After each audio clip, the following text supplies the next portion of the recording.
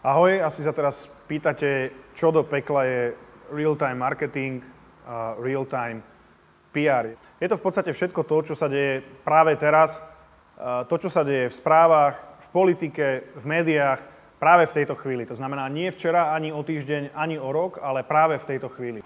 Pretože ľudia hľadajú informácie každý deň a hľadajú informácie aj o vašej firme. Sadnú si za počítač, otvoria si Google a čo sa dozvedia, keď sa preklikajú až k vašej firme a objavia váš produkt. Americký PR odborník David Merman Scott uvádza jeden veľmi zaujímavý príklad.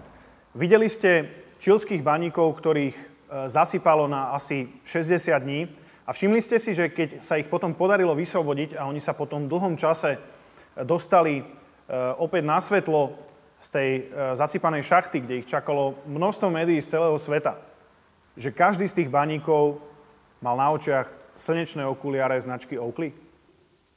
Perfektný nápad, pretože niekomu v tej firme napadlo, wow, veď tí chlapi boli zavalení v bani v tme 2 mesiace, čo keď budú mať poškodený zrak, dajme im okuliare.